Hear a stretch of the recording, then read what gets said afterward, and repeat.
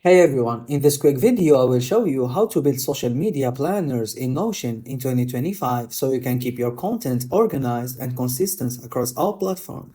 The fastest way is to start with a social media planner template from Notion, Gallery or Community. Most templates already include calendar view, content pipeline, and sections for ideas, captions, and status updates. Duplicate it into your own workspace and make it your own. Next, set up columns for post type, platform, publish date, and status like draft, schedule, or publish. This makes it super easy to see what's ready to go and what still need work.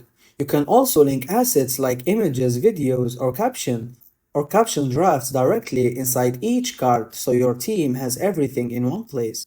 If you're managing multiple platforms, add tags for Instagram, TikTok, YouTube, or LinkedIn to keep things sorted. Finally, switch to calendar view to map out your posts visually. This helps you spot gaps, balance your content mix, and stay consistent with your posting schedule. With Notion Social Media Planner, you will save time, stay organized, and run your content like a pro. And that's it. Thanks everyone for watching.